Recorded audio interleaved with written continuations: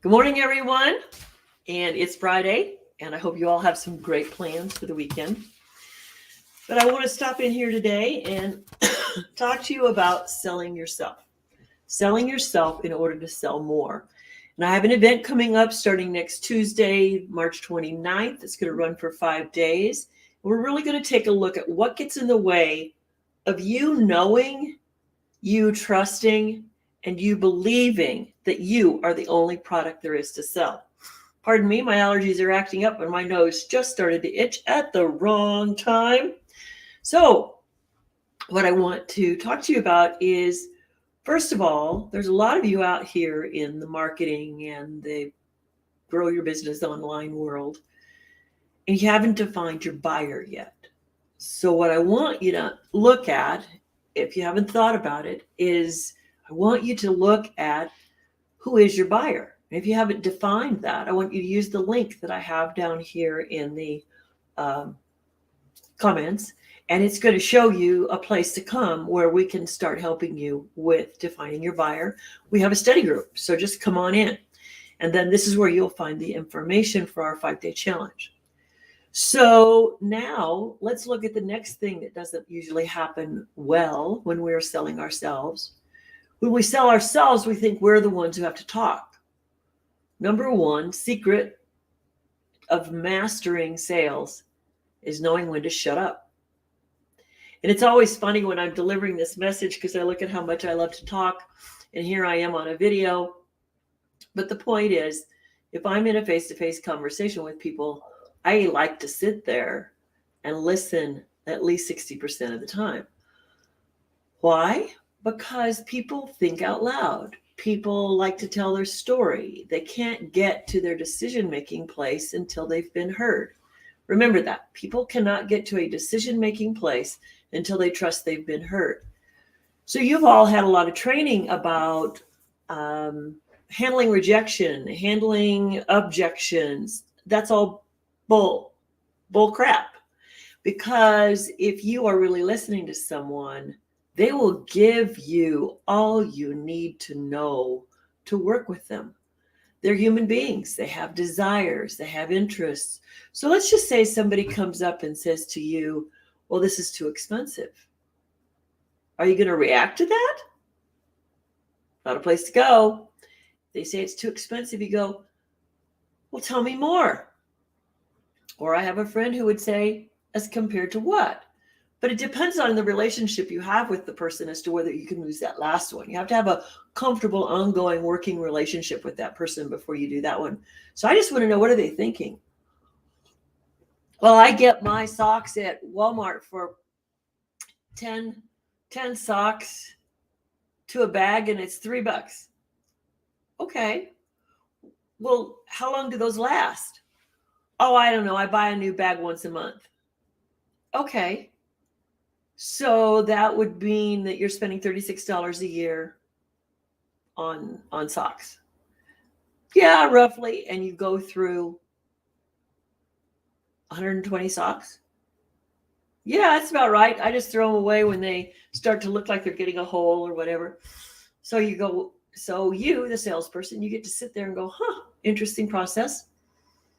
You get to look at how do you then take that information, and I'm not going to give you the example today, we do these in class, of how you change how you influence a mindset to look at things differently. I'm not talking about making this sale, but what you have to do is, this is the point where you start selling yourself. You start asking questions. Well, how comfortable is that for you to have to change them out so often? How much time does that consume?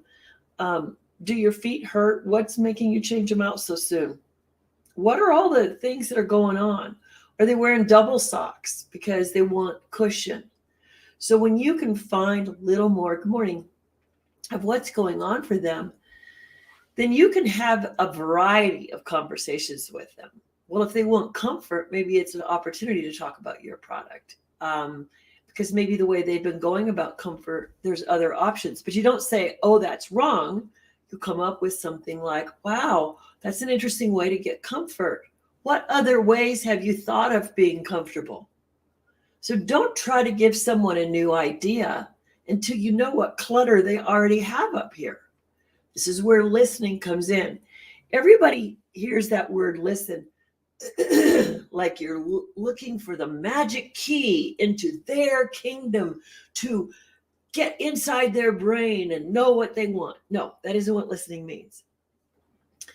Listening includes you need to find out what they don't know, and what they don't know, they don't know. You're looking to have a conversation. You're not looking to have someone's no stop you. So if somebody comes up and says that's too expensive, many of you will go out there and start trying to, well, why do you think that? What's going on? Well, it's because this has this, this, and this. Stop. Something prompted that, and you want to find out what's the psychological history behind that statement. There's more going on. And I'm not talking deep psychology like they got childhood trauma. I'm just talking about something triggered that response. So this is the one way you sell yourself really, really well, is to never fall into somebody else's thought pattern. And don't fall into your old behaviors, because maybe in your head you're saying, oh yeah, I think this is really expensive, but I'm going to sell it anyway. Well, my gosh, if you're trying to sell something and you don't have the value that makes it more worth than the money you spend, then you probably got the wrong product.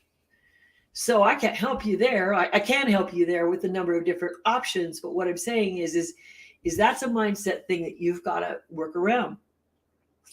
So I work with people who have scrappy mindsets. That means they're willing to dive in and understand where they've got false listening, where they've got false ideas on what selling is, and where they have false ideas about themselves. So many people have false ideas about themselves. False, like somebody told you something once, like, my gosh, if you'd listen to all the people who told me my whole life I was too loud, I was too odd, I was too weird, and it's like, oh, there's a lot of other people out there like me. I've been out here long enough that I know that. And I don't use it to be overbearing on people, but I do know that I use my whatever uniqueness to just sell me, because there are people who want some of my ideas. There's people who want to have what my energy is. They want to have my health.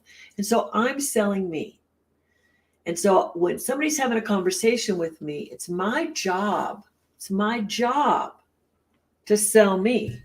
And there's only one way you sell you. That is, you figure out what is all the debris you have in your head, all the humma stuff that you've told yourself about what you can and can't do, what you should and should not say, how you should and should behave.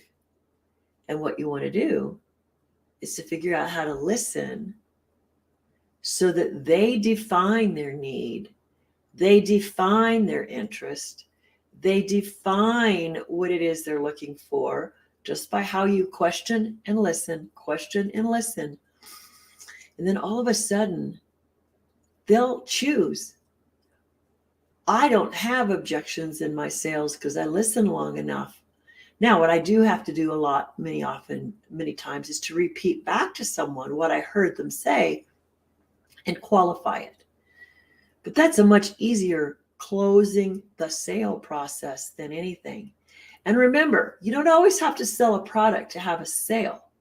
What you have to do is to always get the next appointment, the next call, the next opportunity. So I know there's a lot of people out there pushing all the time, oh, you must make a sale, you must make a sale. Give it up. Give yourself some grace. I know you got grit, but give yourself some grace and find out how it is you listen better to sell you, and then the product sales come easily. I promise you, I've practiced this for over 35 years. That's how it works every time. And you just want to attract people to you because you're being 100% of you. You're not running a script from some multi-level marketing company. You're not trying to take on somebody else's persona. You really have to understand that there's a lot of dangers out there in the world nowadays when you're choosing to do marketing and sales. And one of those dangers is to come at what you're doing with an employee mindset. Pardon me. Spring has sprung in Colorado. So I want to encourage you to use the link. Join us for our 5-day challenge on selling you to sell more. And let's dive in to what sometimes stops you from making all those great sales that you want to make. Talk to you soon.